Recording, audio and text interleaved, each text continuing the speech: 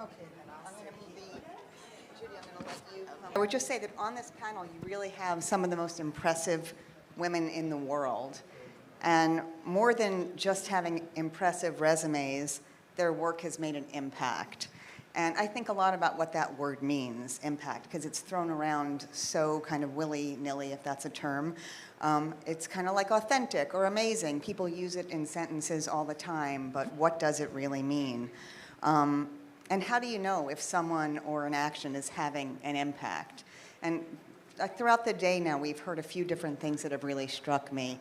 Mitzi talked about inspiration before and needing to be an inspiration for people. Coco talked about mentorship. And then Keechan, I think, so beautifully talked about fitting in versus standing out. And I think all those three things can really help to make an impact in the world. Before we jump in, I don't know how much this has been talked about already, but to me, there's never been a more important time to have women leadership in business. We need more of it. Our rights are being threatened every day, and more women in power, I think, will have that type of impact, big and small. So thank you all for your leadership before we jump in. The good news is, again, we don't need to introduce everybody. They've been introduced before. Basically, I think I want to start with my first question, and I'm going to really ask for each of you to answer it, is, as you look back at your greatest achievements, how have you balanced the need for decisive leadership with a desire to collaborate with both your teams or your peers? Somebody very recently said to me that they think it's better to be an assassin than to lead a movement. That's maybe a strange way to put it, but if you think about that for a second, what does collaboration mean as a woman versus really being decisive in the moves that you make, and how does that make a difference? Judy, I'm just going to go from my left all the way down. Do you want to start?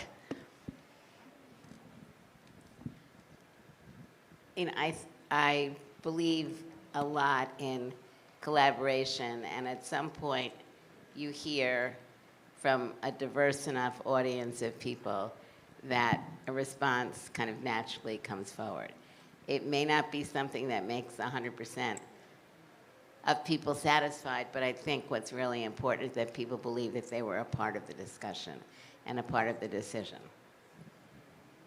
Mitzi? Oh, I think that's the question of all questions.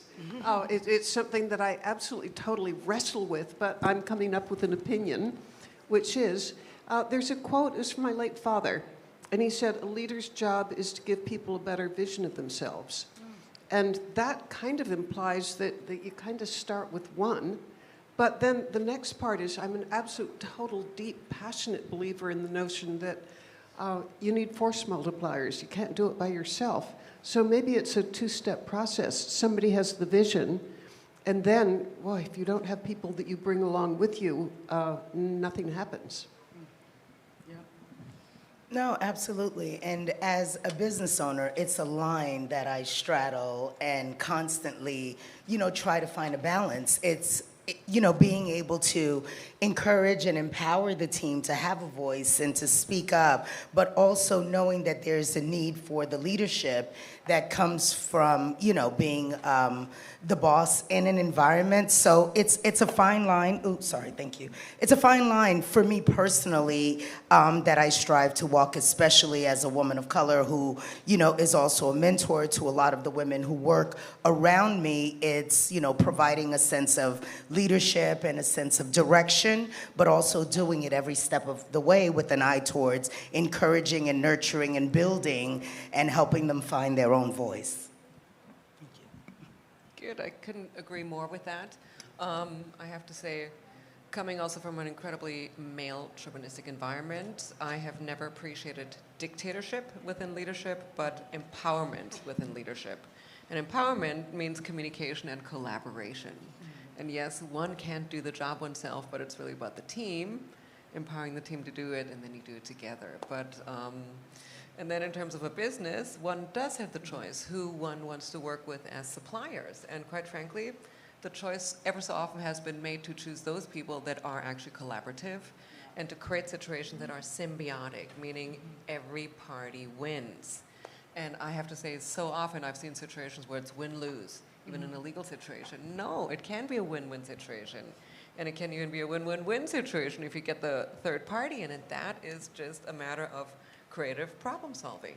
And it's actually a matter also of thinking out of the paradigm and not thinking black and white. So this is, I think, when so many different voices are at the table, we see a different point of view. So yes, it's all about collaboration. I'll speak for me as a technology entrepreneur for 20 years, and many times in my businesses as solo founder, I've had to be very direct and decisive about the vision and craft what it's going to be, and then be more collaborative as it comes to how we're going to execute that vision and coming up with ways to get to the end. Because what I've learned as an entrepreneur is it doesn't matter how you get there as long as you get there. There's so many different ways to do something, and that's where delegation comes in, and that's where we have to trust our team that they are in line with the vision. But I still wrestle with, especially having board members and investors, staying true to my original vision and not being distracted and not getting caught up with the noise. And a lot of people have opinions on how you should do things when they're not the ones driving the ship. It's easy to speculate what the CEO should do when you're not sitting in the seat.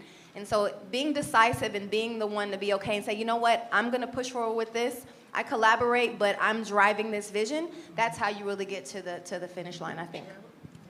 The answer is both, in a way, right? I think without decisive leadership, there's not a great path towards collaboration either. Consensus building is hard unless somebody can kind of step out.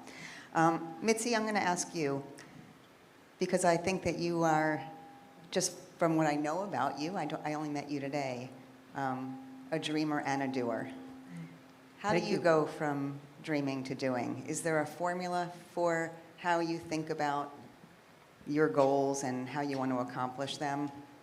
I do have a formula, and it goes like this. Ready, fire, aim. I'm a deep believer that, I do a lot of aiming before I fire, in fact, but my motto really is, it's in favor of action. It's, I don't want to be the person who thinks about something for 5 years. I'm really pretty content with the idea of you've got a vision, plunge in, and maybe learn along the way. And that's the history of what I've done, because my career is based on doing things that I wasn't prepared for. I became a rice farmer. I didn't train a long time to become a rice farmer. I bet I'm the only rice farmer here. Yes, you are. I guess I should shorten my answer. That's okay. But my entire career is based on plunging in for things that I wasn't prepared for. I got into television with no experience. I became a syndicated columnist with no experience. So ready, fire, aim has worked for me. I actually have a saying that is head first without a parachute, and I feel like you embody that. You know? Dream and move. Dream and move. Mona? Yes. Tell us more about your fire to succeed. Where does it come from? You talked so unbelievably beautifully about your mom earlier. It made me cry. But aside from her, what's been your key driver of the impact you've had, the success that you've had? Mm-hmm. I mean, it does go back to her and to understanding, having dreams and wanting to accomplish things and having limitations, the limitations that she experienced, how frustrating that must have been, wanting to do things and knowing that you could but not having the tools available to you. And so for me, it's about meeting every day as my best, most present, most, determined to slay the dragon self, right? I always say that I have had the incredible benefit of, being in an industry where every day is different from the last. I never know what to expect. And I love that. I love every single day just challenging myself to, slay the dragon in whatever form it appears.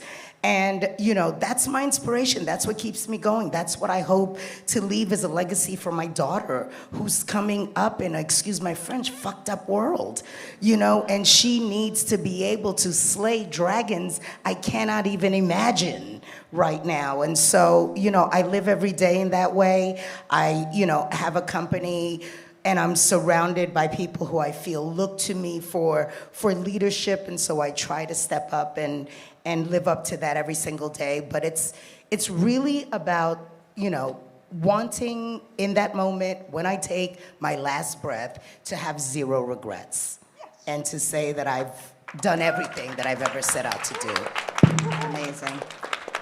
Nadja, I'm going to ask you the same question, but to talk about inspiring our daughters. I was at my daughter's graduation from Barnard yesterday, which also made me cry. Any Barnard graduates here? Amazing. Somebody, and I can't remember who said it, but somebody, and I wrote it down and texted it to every one of my women friends. Opportunities are expanding for people who are brave. And I think that rang so deeply true for me. Again, I think just in a room with powerful women, I would ask you the same question, Nadja. Where does your inspiration come from? And I think a huge amount of bravery, too, because for all of you, you've had to be incredibly brave to succeed. Yeah, absolutely. And there was a vision just of wanting to achieve the goal.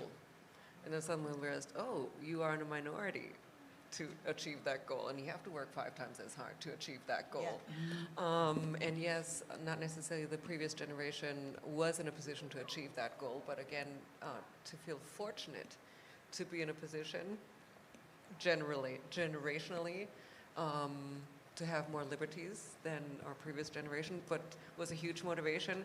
And then also now thinking of the next generation. Mm-hmm. So many of the things that we all are doing, we're actually doing for our daughters. Absolutely. And our sons, to make this world better, to make sure they're educated, to get that strength through education. Knowledge is power.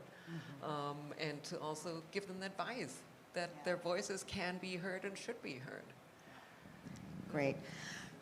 Dawn, I think this one is especially appropriate for you, and maybe an overly obvious question, but how has being a woman hurt you or helped you in your role? I would say that it helped me to get visibility that I wouldn't get if I was a white man. Because when I walk in the room, and especially me being in tech for 20 years, I never thought of it like, oh, I'm a black person in tech, because I don't think about myself like that. I just go after my goals. And so being the only, a lot of times only woman, only person of color in the room, it just helped me to stand out. So when they're looking at me thinking, what's that girl doing here? Then I get a chance to actually blow your mind. And so, yeah, I mean, that's how I feel about it. It's a lot of people in my industry, just because of where they grew up or where they went to school or their network, they just hadn't have a lot of experience with black women in general. But I want your very first experience, if you've never had one, to be phenomenal, and then that'll set the stage for what you expect dealing with black women in the future. And so it's helped me because I've been able to really get that attention. I've been able to command the room. Now, I'll say it hurts in a lot of ways, but I don't like to focus on those negative things. I never, ever listen to the statistics or listen to the negative things because it can drown you. So even though I'm aware of the negative things today that are barriers and really just things that are put there to discourage us, I don't accept those things as part of my reality. And I only see the benefits of what it is to be a woman and to be a black woman. Yep, nice. Okay, the last question is speed dating. I'm going to go backwards, so I'm going to let you start on the last question. Where do you think you've had the greatest impact? And just quickly, what are you focused on in terms of making an impact right now? I think when I'm looking back now at my career, it's just been really empowering entrepreneurs, especially entrepreneurs of color, specifically black people, to go out and raise capital on their own terms. I was the first female founder to raise over $1 million in crowdfunding, which it's ridiculous and shocking. And to be the first person to do something is, it's not a badge of honor. It's a responsibility to make sure 1,000 more people are doing it after me. And so I think my greatest impact was like knocking down that door and the stigma of that you can't raise money from your community and still have a viable, scalable, multi-million-dollar business and get money from your community. It's either like get venture money or you're just nothing. But now I believe that my contribution of just putting myself out there and raising that money and showing that it's okay and you can grow from there. Now, I can't even count how many founders have followed in those footsteps, so I'm no longer I'm the first, but there's so many more, and I think that's what I'll be known for when it's all said and done. Amazing. Nadja? I don't know. So big. It's such a big question, I know. It's a really big question. In any case, I've had impact perhaps in the fashion industry. When I started in the fashion industry, there were really no young designers. It was just the big design houses, and they didn't let anyone in. So I thought, wait a minute, the underdog is right there. Nobody's supporting them, so that is what I thought I'm going to do. Because I also felt the big design houses needed a bit of competition. And so suddenly it became a blueprint, and I've tried to do that in the fashion industry, jewelry industry, architecture and design, and in essence give these young designers a voice. And it's so wonderful to see how these young designers are now the creative directors of big houses or have their own brands and are growing and expanding. And it was just one little seed that might have grown a meadow. It was a ripple-on effect. That was part of my intro to you that I didn't do. So.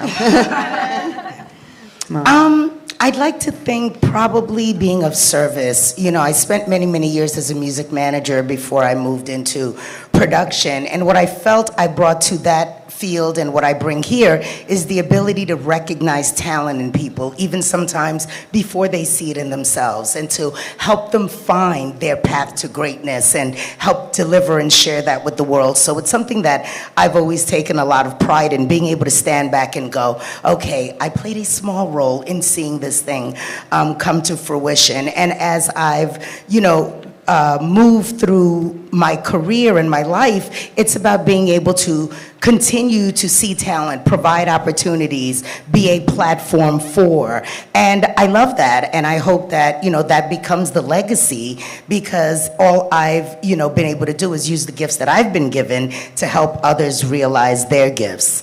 And I just want to share a special moment, because we were just talking in the back room, and this happened how many years ago? It had to have been about 6 years ago. I was going to say the Mona effect is real. So yeah, it was about 6 years ago. I mean, so many lives you have impacted directly and indirectly, families, especially in the Black community. Look how many people came from you seeing the vision, and now look at the families, look at the extension, look at the wealth in our community that you just have been able to produce. So no, thank I appreciate it. But it's proud of you, because she reminded me of something that I didn't even remember, but just one of your first businesses, I'll say. My shoe business, you gave me my first platform to be on television.